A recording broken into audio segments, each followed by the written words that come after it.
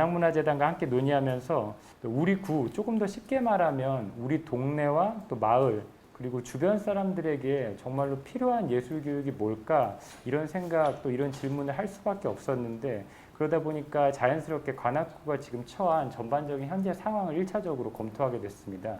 특히 최근에 코로나19 사태를 겪으면서 관악구 또한 그 사무실 관련 바이러스 그 확산 사태를 겪었는데요. 현재까지도 그래서 구민들이 고통도 많이 겪고 있고 또 이런 상황을 면밀히 보면 강제적인 법적 제재나 또 물리적인 통제를 통해서 사람들을 통제하는 것에 이제 한계를 실감하게 됐고 또 이로써 개인의 자발적인 참여 또 성숙한 시민 의식에 기반을 둔 자기 표현이 어느 때보다 절실한 시대에 진입하고 있다는 것을 우리 구에서도 분명히 확인할 수 있었습니다. 이에 따라서 한 사람, 그러니까 즉 개인이 갖는 의미와 가치가 우리 생활 주변에서도 급격히 아주 중요하게 부각이 되고 있는데 각각의 개인들이 갖고 있는 자기 표현의 역량은 아직 상대적으로 상당히 부족한 게 아닌가라는 그런 문제의식을 갖게 됐고 바로 이 지점이 우리가 생각하는 새로운 방식의 예술교육을 논의해야 되는 지점과 밀접한 관련이 있다고 생각하게 됐습니다. 그럼 이제 본격적으로 일부 토론으로 들어가 보도록 하겠습니다. 이 여기 공간은 사실 이제 규모도 크지 않고 여기 공간 안에 이 가정 여러 가족들이 계시는 이 가정 속에 딱 있다 보니까 이 공간에 지금은 코로나 때문에 없는데 그냥 애들이 여기가 이제 자기네 아지트가 돼버렸어요. 그래서 그러니까 여기 공간은 프로그램도 하러 오지만 아이들이 그냥 들어와서 가방 던지고 놀다가 학원 가고 약간 그래서 엄마들이 너 어디야 그러면 나 관악 창작이야 이러면 다 안심. 여길 보냈다는 것 자체로 그냥 안심하는 그런 공간이었는데 이제 코로나 때문에 저희가 사실 계속 문을 닫다가 오늘부터 다시 문을 열고 여기 지역 분들한테는 이제 선착순으로 약간 좀 제한을 해서 그렇게 운영되고 있고요.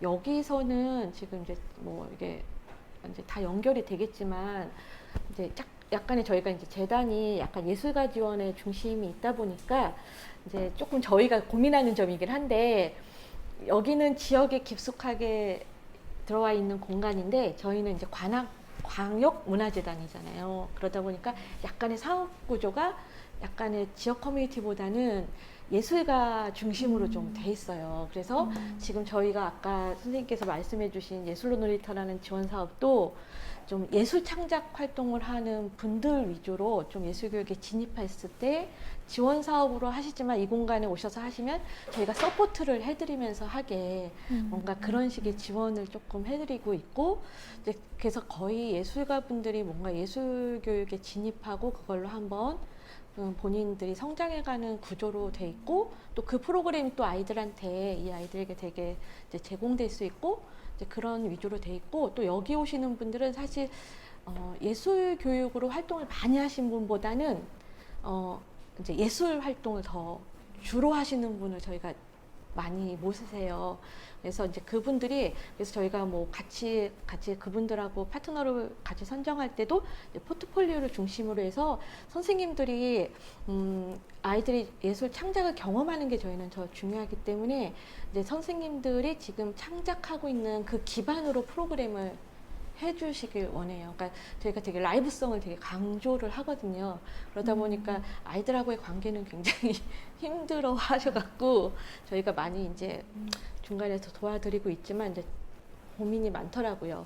한 가지 아쉬운 게 이제 프로젝트성이 돼버린 거예요. 예술가 선생님들하고도 물론 계속 관계는 맺고 있지만 근데 그게 지역 주민분들하고의 어떤 이 공간을 중심으로 커뮤니티가 잘 안 일어나고 있다는 걸 이제 저도 작년에 1년을 하면서 많이 좀 느끼고 있어서 사실 이제 올해부터 그게 고민이에요. 이 공간이 이제 예술교육 공간이지만 지금 저희 재단이 서서울 예술교육센터도 있고 앞으로 용산도 생기고 막 이러는데 그런 데는 좀 거점형으로 좀 큰 공간들이거든요. 권역을 좀 같이 파트너로 해갖고 할 수 있는. 근데 여기 공간은 그게 아니고 지역 깊숙이 있다 보니까 이 공간 자체가 그냥 그 지역에서 오신 분들이 프로그램 하는 데가 아니라 그냥 예술을 그냥 경험할 수 있게 더 다른 방법이 없을까. 사실 그런 고민이 되게 많아서 처음에 여기 제가 껴도 되나. 왜냐면 저희가 이 공간에 와 있긴 하지만 제가 대리님한테도 얘기했지만 저희가 자치구를 위해서 아이들한테 이런 서비스는 했지만 교류가 참 약했다. 그래서 그 점이 되게 아쉬웠었는데 오늘 저도 이런 공간에 같이 참여하면서 이런 점을 잘 배워서 이 공간에 한번 좀 펼쳐보고 싶은 마음이 있습니다. 네. 저는 개인적인 한 명 한 명에 대한 교육도 굉장히 중요하다는 생각이 들긴 해요. 근데 그런 개인적인 그런 교육들이 다 좀 전에 예술가들하고 매칭해봐도 저도 매칭해보고 많이 해봤거든요. 근데 정말로 일회성으로 끝나는 게 뭐냐면 경제적인 문제가 제일 커요. 전에 제가 저기 뵀을 때 저는 그 관공서 분들 만나가 무슨 일을 진행하면 늘 그런 말씀 드려요. 예술가들도 먹고 살아야 되니까 그냥 시키려고 그러지 말고 그러니까 적당하게 먹고 살 수 있을 정도로 좀 주면서 일을 시켰으면 좋겠다.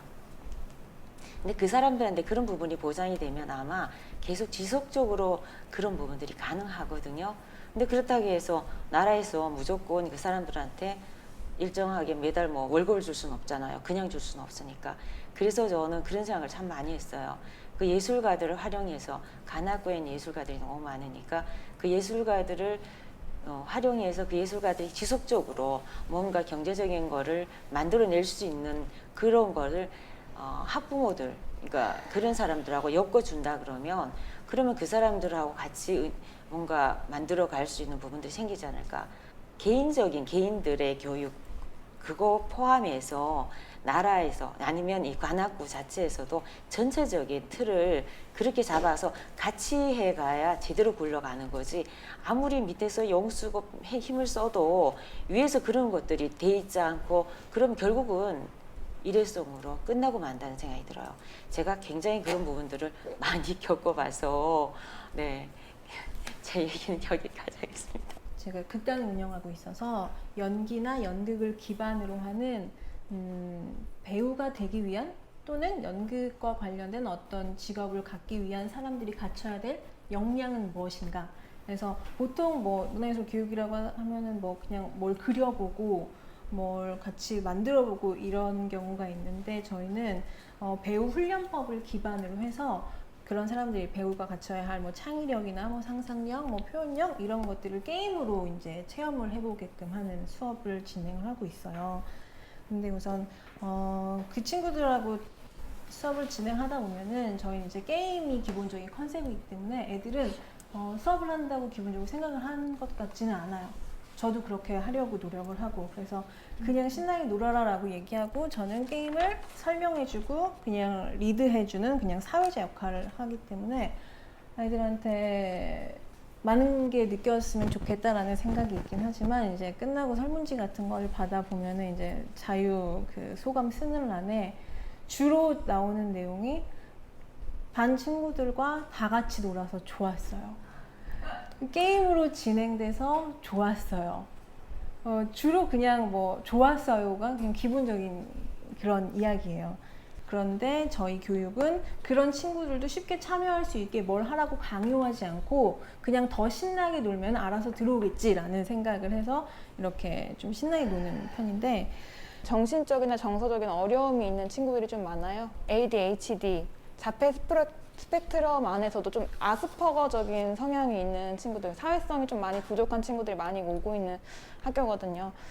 저는 사실 여기 이런 공간이 있다는 것도 잘 몰랐거든요. 그래서 이런 공간이 있으면 여기가 아동들만 와야 되는지 잘 모르겠지만 이런 공간을 좀 소개해줘가지고 오게끔 한다든지 여러 가지 프로그램 좀 무료로 되는 것들이 있다면 소개해줘서 갈 수 있었으면 좋았을 텐데 관악구에 제가 아이들과 함께 전시 혹은 여러 가지 예술 프로그램 하려고 찾아보면 없어요. 하나도 없어가지고 뭐 저희 관악구만 이용하는 그 카카오톡 그 단톡방이 있어가지고 거기다가 막 문의해보고 막 그래도 별로 이렇게 있는 건 없는 것 같더라고요. 그래서 되게 멀리 뭐 종로 막 그런 쪽을 막 찾아가서 막 전시 보러 가고 혹은 너무 멀어서 애들 힘들어하니까 어떻게 하지 고민하다가 그냥 우리가 전시를 열자 해가지고 저희가 열었어요.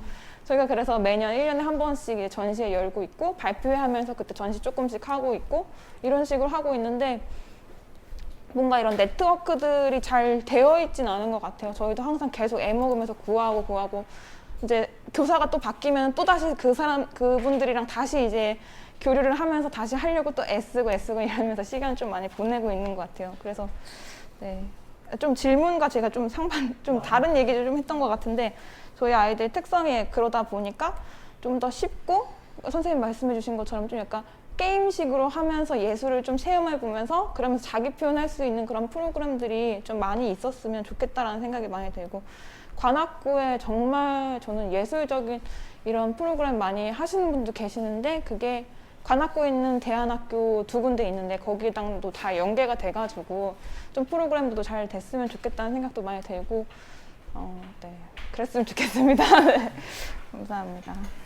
촉감 영화라는 사업을 제가 시작한 게 그 갤러리가 생기면서 여러 가지의 여건, 그러니까 시각장애인에게 문화 향유를 높이기 위해서 내가 가진 달란트를 어떻게 제공해주고 그들에게 문화를 제공해줄 수 있을 것인가 그런 고민에서 사실 시작된 거고요. 그리고 사실 저는 여러 가지 뭐 해외 동향, 뭐 3D 프린터라든가 여러 가지 뭐 이를테면 서울 디자인 유니버셜 디자인 뭐 이런 서울 가이드라든가 이런 것들 때문에 사실 이런 사업들을 시작하게 된 거거든요. 그래서 사회 정책 변화나 이런 거에 따라서도 많이 사업이 시작이 되는 거고 또 없어지기도 하고 이렇게 빨리빨리 바뀌게 되는 것 같아요.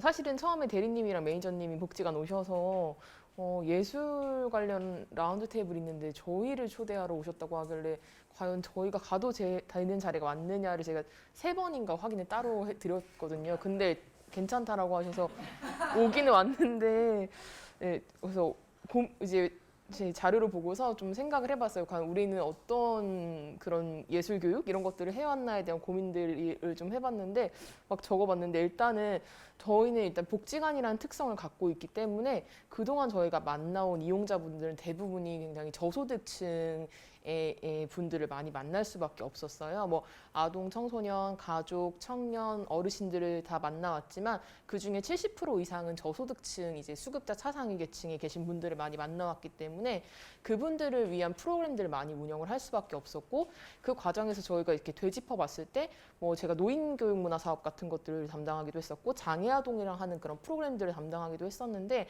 그 안에서 이제 만들어지는 교육들 같은 경우에는 사실은 이제 그분들의 삶에 있어서 되게 중요한 거는 의식주를 먼저 해결하는 부분들이 가장 중요할 수밖에 없는 거예요. 뭐 4인 가구의 생활비가 한 달에 뭐 100에서 150만 원 사이인데 그걸 가지고 어떤 문화예술 프로그램이 향유하거나 이런 것들은 사실은 크게 생각하실 수 있는 여력이 되지가 않으시거든요. 그래서 한 30명의 청년들에게 좀 기회를 주고 그중에는 저희가 일단 1차 수요 조사를 했을 때는 뭐 래퍼, 그래서 랩 강의를 하고 싶은 친구들도 있고 뭐 음악 관련된 무슨 발성 강의를 좀 해보겠다는 친구들도 이렇게 있어서 그렇게 어떻게 보면 완전히 100%는 아니지만 일부는 이제 약간 예술을 하는 청년들이 같이 참여해서 본인의 재능을 지역에 이렇게 한번 나눠보는, 그리고 그 대가는 저희가 주는, 당연히 페이로 주는 형태로 하는 것들을 조금 기획하고 있는 정도로 지금 저희는 사업을 운영하고 있습니다. 활동하는 것 중에서 이색적인 거 계속 시리즈를 계속 만들어내고 있는데요. 이색적인 청년 커뮤니티도 한번 만들어보자. 우리가 무슨 커뮤니티 한다 모여라 하면 잘 안 모이거든요. 다들 바쁘고 그래갖고. 그래서 이색적인 걸로 만들어보자 해서 관악구 1인 가구 청년들의 특징을 좀 고민을 해봤어요. 근데 다들 철새잖아요. 잠시 머물렀다가 떠나요, 다들.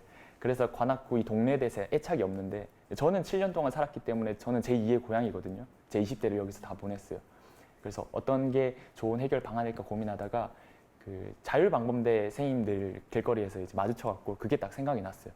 그래서 관악구의 청년 방범대를 최초로 한번 만들어보자. 그 이유는 매주 저녁에 다 같이 모여서 동네 한 바퀴 돌면 우리 동네의 문제를 스스로 진단하고 해결하는 과정에서 우리 동네에 애착을 좀 생기지 않을까. 그리고 스스로 진단하고 해결하는 과정에서 주체성이 좀 가지지 않을까. 뭐 여러 가지 그런 청년들이 가지고 있는 고민들이 해결되지 않을까. 그리고 동네 한 바퀴 돌고 술 먹고 노는 거죠. 네. 청년 1인 가구 청년들이 가장 갈증이 일 마치고 집에 와서 맥주 한잔 할 친구들이 없다라는 얘기를 많이 했었거든요. 예술 교육을 받아야 될 대상을 우리가 정할 때도 그 청년 1인 가구 청년들 모두 대상으로 할지, 그러면 조금 더 재밌는 쪽으로, 이색적으로, 그냥 대중적인 청년들이 좋아하는 쪽으로 우리가 기획을 해야 될 것 같고, 그게 아니고 그들 중에서 그런 프로그램 지원 프로그램이 좀 필요한 부분들, 삶의 질을 좀 높일 수 있는 프로그램이 필요한 그런 청년들이 우리가 대상이라면 그들 쪽으로 특화된 프로그램을 좀 짜야겠다, 이런 생각이 들었어요. 그리고 청년 단체 대표들 이제 머리 맞대고 지금 무슨 고민하고 있냐면요. 아, 우리가 자립을 해야겠다. 우리도 곧 그 3,000명처럼 떠날 수도 있겠다. 왜냐면 코로나 때문에 더더욱 우리가 위기를 많이 느끼고 있어요. 그래서 우리가 어떤 게 잘못됐나 고민을 하고 있었거든요. 고민 중에서 깨달았던 게 우리가 너무 그 정부 지원에 의존해왔지 않았나. 정부 지원은 저희가 거의 주사업처럼 운영을 하고 있거든요. 저희뿐만 아니라 지금 단체들이요. 실제로 무슨 사업 스타트업처럼 그런 사업 모델을 개발해서 자립 구조를 갖춘 그런 단체는 거의 없었던 것 같아요. 더더욱 지금 코로나 때문에 거기에 대해서 문제의식을 더 느끼고 있는 것 같고, 그래서 우리가 여태까지 자립 구조가 없었구나, 이런 부재를 이제 깨달았어요. 그래서 우리 머리 맞대고 우리가 각 단체에서 가장 잘하는 게 뭘까, 그 중에서도 가장 돈을 잘 벌 수 있는 게 뭘까, 이런 것들을 좀 고민해서 우리만의 자립 구조를 좀 만들어보자, 이런 생각을 하고 있어요. 관악구는 좀 서울에서 좀 특이하고 호기심이 많은 지자체 중 하나입니다. 왜냐하면 일단은 젊은 청년들의 거주 비율이 높고, 그 친구들이 거주를 하거나 어느 정도 결혼을 하면 다른 지역으로 가고, 그리고 저소득계층, 그러니까 소위 말해서 뭐 사회적 약자라고 부르긴 좀 그렇지만 뭐 전체적으로 그런 그 지역 그 소득 수준이 일반보다 조금 낮은 그 거주하는 사람들이 많으시고, 그리고 다문화 가정이라든지 그런 그 인구층이 좀 많이 형성이 되어 있고, 그리고 특이하게 또 교육에 대한 호기심도 되게 많으시고.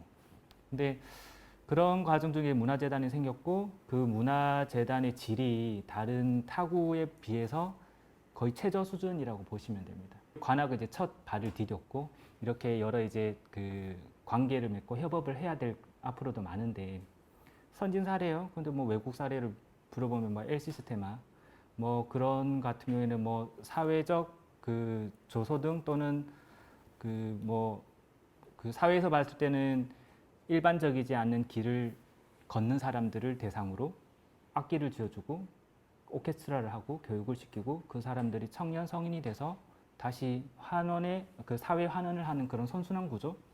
근데 그거는 당장에 1, 2년에 되는 게 아니지 않습니까? 계속적으로 물을 줘야 되고, 누군가는 계속 악보를 계속 날라야 되고, 악보 복사를 해야 되고, 악기에 대해서 관리도 해줘야 되고, 그런 제반이 필요로 했다. 그리고 여기 뭐 제가 그 재단이 생기고 나서 그런 역할을 조금 더 충실히 해 나가야겠다.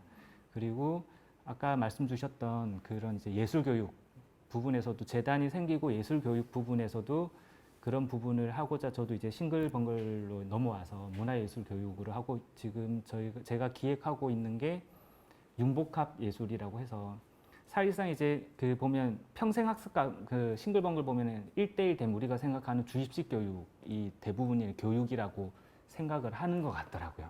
근데 예술교육이라는 장르는 체험도 있고 뭐 다양하게 변화되는 거지 않습니까? 교육의 결과는 재밌었어요. 함께해서 좋았어요. 그런 게 이제 기본적으로 되고, 어떻게 교육을 받았는지는 자기도 모르게 사회의 그런 행위라든지 행동이 표출이 돼야 되는 거죠. 그런 건데, 그런 컨텐츠를 어떻게 구상을 할까, 뭐 이렇게 앞으로 나아갈 방향성이 그런 쪽으로 가야 되지 않을까 싶고, 여기에 처음에 우리도 이제 함께 첫걸음인 만큼 이런 자리가 너무 귀하다고 생각을 하고, 앞으로도 그런 자리 계속해서 새로운 사업, 그러니까 어느 그 타구에 없는 선진 사례로 해서 좀 나아갔으면 합니다. 오늘 정말 좋은 자리인 것 같습니다. 예. 그래서 2부에서는 조금 더 구체적으로 이제 논의를 좀 다뤄보려고 하는데요. 미리 사전에 말씀을 드렸다시피 저희 관악구에서 향후 진행할 교육 프로그램에서 가장 중심을 두는 것이 어떤 개인의 가치입니다. 자기 표현, 내가 어떤 생각을 갖고 있고 감정을 갖고 있는지 우리 드러내보자. 선생님도 말씀하셨지만 이게 쉽지가 않습니다. 근데 이것을 위한 가장 전제 조건이 제가 보기에는 자율성이라는 문제가 항상 끼어 있는 것 같아요.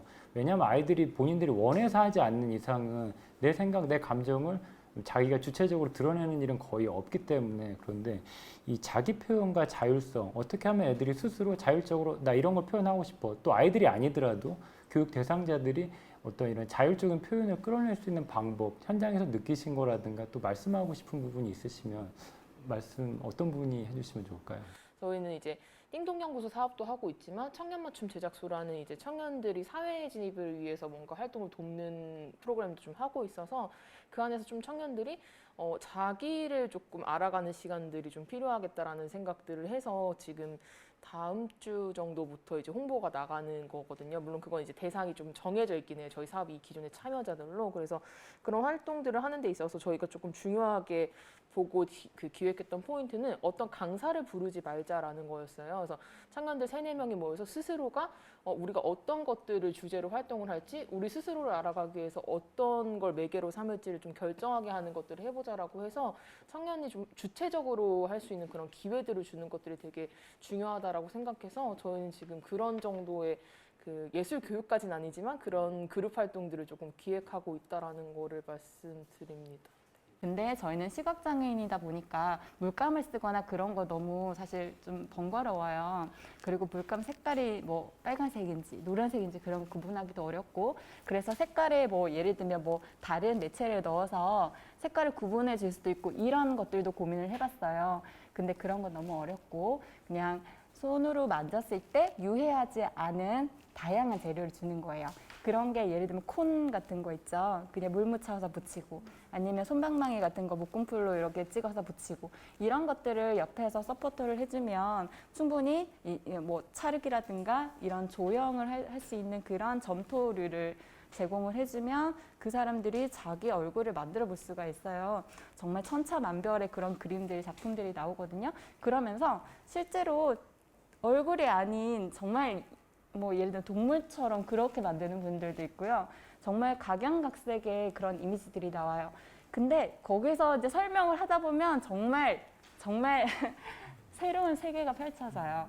그러니까 사실은 뭔가 창작 활동, 나를 표현하는 어떤 방법이 저는 너무 이렇게 거대하게 뭔가 벤치마킹 하거나 그런 게 아니라 정말 우리 처음에 미술 공부할 때 자화상 그리고 막 이렇게 하잖아요. 그런 아주 기본적인 것부터 시작이 되더라고요. 근데 저는 시각장애인들과 이제 교류를 하고 같이 나름대로 일을 하는 동안 생활을 하면서 그들의 이런 욕구를 끌어내는 방법이 그런 느낌의 것들이 아닐까, 미술을 한다면 그런 생각들을 했던 것 같아요. 저는 그 꼭 하는 얘기가 아까 얘기하셨던 것처럼 아무거나 다 해도 된다. 정답은 없다. 너 지금 네가 하는 게 맞는 거다. 이상하다는 생각은 해본 적 없지만 이렇게 다른 친구들이 이상하다고 느낄 수 있어도 그거 맞는 거다. 사실 맞는 거거든요. 그렇게 해서 다 성취감을 순간순간의 성취감을 계속 느낄 수 있게 해주고 판을 쉽게 깔아주는 편인데, 그 교육자가 그렇게 판을 쉽게 깔아주는 게 굉장히 중요한 것 같아요. 참여자의 그런 참여를 유도하려면. 작은 따옴표라는 지금 공간이자 단체가 지금도 운영되고 있는데요. 그거를 그 대표 친구랑 같이 이제 만들었었어요. 거기서 그 공간에서 활동하면서 제가 여태까지 기존에 학교 다니면서 못했던 것들을 거기서 다 했었거든요. 여러 가지 전시도 했었고 공연도 했었고, 그리고 나 같은 처지에 놓인 청년들이 더 많을 것 같다는 생각에 그 공간이 오픈돼 있었어요. 24시간 오픈돼 있었고 저희는 24시간 거기서 살았고, 그러면 주변에 활동하는 청년들이나 예술가들이 와도 거기서 뭐 술 먹고 놀아도 되고, 여기서 자도 되고, 여기서 공연 작품 전시나 공연을 해도 되고, 그렇게 다 오픈해 놓으니까 그 소문을 듣고 이제 청년들도 많이 찾아왔었어요. 그래서 느꼈던 거는, 저도 그런 과정에서 나다움에 대해서 고민 많이 했었고, 아직까지 나를 저도 잘 못 찾았지만요, 좀 더 가까워진 것 같아요. 그럴 수 있었던 요인이 일단 첫 번째는 공간이었던 것 같아요. 누구나 마음 편하게 부담 없이 이제 올 수 있는 이런 공간이 있어야 되겠구나라는 생각이 들었었고요. 그 공간이 모였을 때 다양한 예술가들, 청년들이 모여서 뭐 이번에 세월호 공연을 했어요. 그러면 그 세월호에 대해서 나는 생각지도 못했는데 거기에 대해서 같이 토론이 자연스럽게 이어지다 보면 뭐 정치 쪽으로 빠지는 게 아니고 나는 누구인가라는 이 질문이 결국에는 본질적으로 그게 항상 이 토론의 커뮤니티의 대화 주제는 그걸로 끝나더라고요. 그러면서 집에 돌아가면서 또 나는 누구인가 이런 고민들을 하게 되고요.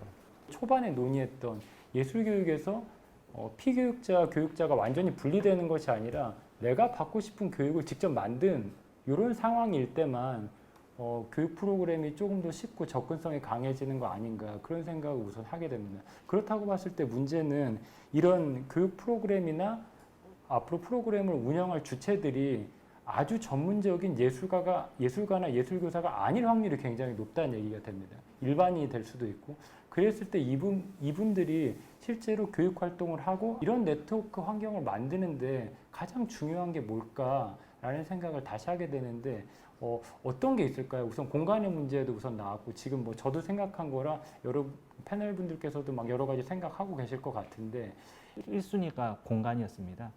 공간에서도 볼 때 조금 더 깊게 들어가면 그 공간이 어떻게 쓰임을 받느냐, 그러니까 공간 활용에 대한 거일 수도 있어요. 그러니까 예를 들어서 일반적인 사람들은 이 공간에 대해서 무용을 하세요, 또는 연극을 하세요, 여기서 미술 작품의 전시를 하세요. 근데 다 아시다시피 장르마다 가지고 있는 공간이 갖고 있는 특수성이라는 게 있어요.